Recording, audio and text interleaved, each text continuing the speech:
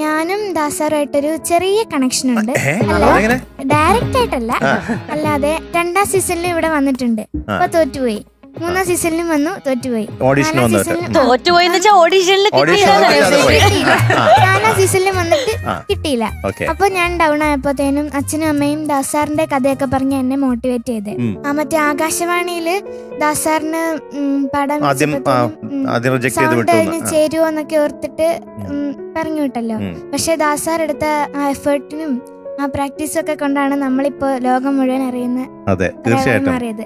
അപ്പോൾ അതുപോലെ ഞാനും എനിക്ക് പറ്റുന്ന പോലെ ചെറിയ എഫേർട്ടൊക്കെ എടുത്ത് പ്രാക്ടീസ് ഒക്കെ ചെയ്ത് ഈ ടോപ്പ് സിംഗറിന്റെ ഒരു ഭാഗമായി. ഇതുപോലെ സൗണ്ട് കൊള്ളില്ലാന്ന് പറഞ്ഞ് റിജക്ട് ചെയ്ത വേറൊരാളും കൂടി ഉണ്ട്, ഫേമസ് ആള്. നമ്മളെല്ലാം വളരെയധികം ആരാധിക്കുന്ന, ഇന്ത്യയിലെ മൊത്തം ജനങ്ങളും ആരാധിക്കുന്ന വേറൊരു വ്യക്തി കൂടി ഉണ്ട്, അമിതാഭ് ബച്ചൻ. അപ്പൊ അദ്ദേഹത്തിന് ഇതുപോലെ ശബ്ദം കൊള്ളില്ല എന്ന് പറഞ്ഞു വിട്ടത്. പക്ഷെ ആ ശബ്ദം അതെ ഐക്കോണിക് ശബ്ദമാണ്. അതെ,